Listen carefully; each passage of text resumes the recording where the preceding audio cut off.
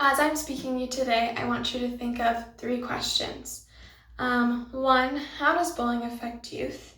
2, what are your own thoughts on bullying? And 3, does bullying create a healthy working environment for students?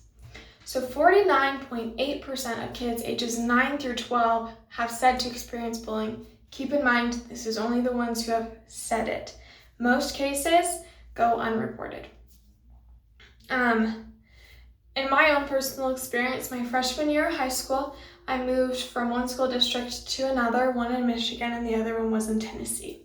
In the school district in Michigan, to give you an idea of the environments of these schools, the school district in Michigan chose to have seminars and go out of their way to get speakers from different organizations to educate students, and staff also attended these, so it's also educating staff on the effects of bullying and what it is.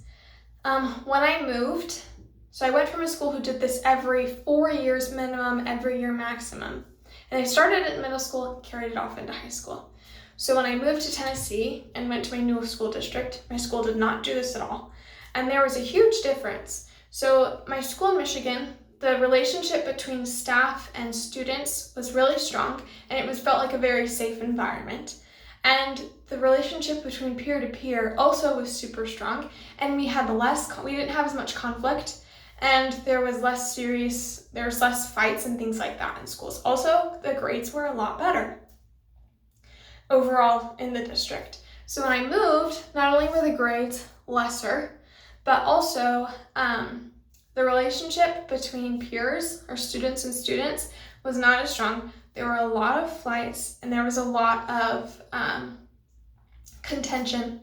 And also the relationship between students and staff or teachers was not strong at all. And like I said before, the grades also affected this. There was also less attendance in after-school activities or clubs in Tennessee than there were in Michigan. The students in Michigan were way more involved. So after talking about this, I kind of want to talk to you guys about 2 things specifically: what bullying is and what are the effects of bullying, and second, why schools should educate staff and students on this. So first, what's bullying? According to StopBullying.com, bullying is unwanted, aggressive behavior among school-aged children that involves a real or perceived power imbalance. The behavior is repeated or has the potential to be repeated over time. Both kids who are bullied and who bully others may have serious, lasting problems. So let's talk about the 3 different kind of umbrella terms for bullying, the types of bullying. So first is social, second is verbal, and third is physical. So social bullying looks something like excluding other students or encouraging others to exclude that student. It can be spreading rumors or even intentionally embarrassing someone in front of others. So let's talk about verbal next. So verbal bullying is teasing, name-calling, taunting, making inappropriate sexual comments about a student, or even threatening to cause harm. And then physical. Physical is very black and white. It's kind of what you would see in a movie, or you'd be more likely to see in a movie, I should say. So that's things like hitting, kicking, spitting, tripping, pushing, breaking someone's things, or even using rude hand gestures. So now that I've kind of told you what bullying is, let's talk about what the effects are.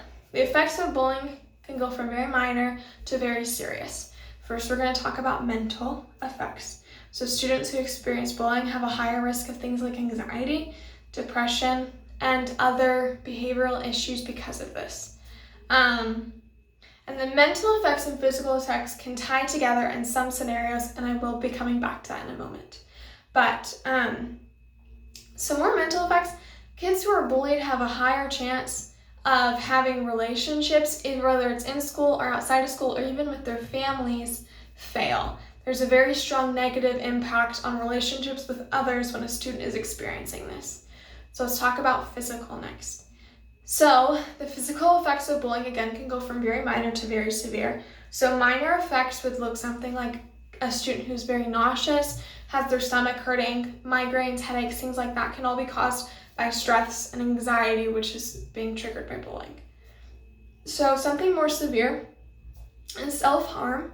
So self-harm can be, like I said, kind of ties into, this is what I'm talking about when I say it ties into mental effects. That's kind of when we get into that. So eating disorders have a higher chance, students who are bullying have a higher chance of developing eating disorders, which is physical and mental, and then also self-harming in other ways, like with other objects. That's also mental and physical. And then unfortunately, suicide is also a high risk for students who are being bullied. That's a very severe form of it, or form of a physical effect and a mental effect, but it's been shown that there's an increase in the possibility when a student is experiencing bullying. So now that we have talked about that, I want to talk about why schools should educate staff and students. So obviously from my experience, I know that there's a huge difference and I've seen it, but let's just talk about more factual information. So many bystanders, which a bystander is somebody who's seeing bullying but doesn't and has to make a choice on if they're going to act or not. So many bystanders have reported that the reason why they may not get involved is because of 3 reasons. 1, they don't know how to report it. 2, they're scared of getting involved. Or 3, they don't want to make it worse if they do get involved. So this brings me on to my next topic, which is why it's so important to be able to have a conversation about bullying within schools. Because by kind of getting rid of the stigma or making it a very serious topic, I know when I've seen bullying, it's been a joke, or when it's been brought up in a topic. In my second school district in Tennessee, it was just something that was laughed about or brushed off. So getting rid of that kind of making it a joking matter and making it very serious, and discussing the real effects of it in personal stories, and by opening up that kind of can of worms, if you will, you're allowing your students to be able to have an open conversation. So if you're allowing your students to have an open conversation and kind of giving them that opportunity, it's important also to educate staff. Because when a student feels that it's okay to talk about it, they need somebody to go to within the school walls. So this is a teacher, principal, any other staff, adult staff within the building. So students and teachers both should be educated. And then this also kind of brings me to federal laws. So if we're getting into the law, it is not required by laws for schools to actually address bullying.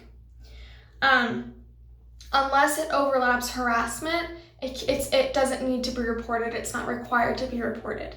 So only some states actually require action and most don't. So what this means is that it's making it harder to report things, and it's making it harder for parents and students to be able to make action or to be able to help a student out or their child out if the federal law doesn't allow it or doesn't make it an obligation. So this allows school districts to brush under the rug if they choose to do so and not take it seriously. So the seriousness of the federal law not getting involved is that bullying creates such an unhealthy working environment, and it can have such extreme effects on their education and students' well-being as well.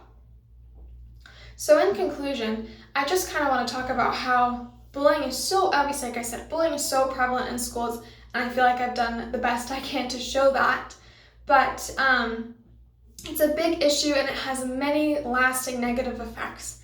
And schools hold a responsibility to create a healthy working environment for their students. And that's why it's so important to educate students and staff about this issue. So bullying can be life-changing, and sometimes it can be life-ending, unfortunately. And I've seen it in my own life, and I know that I've heard it and seen it in other people's lives. And schools have an obligation to make a difference and create a better environment for their students.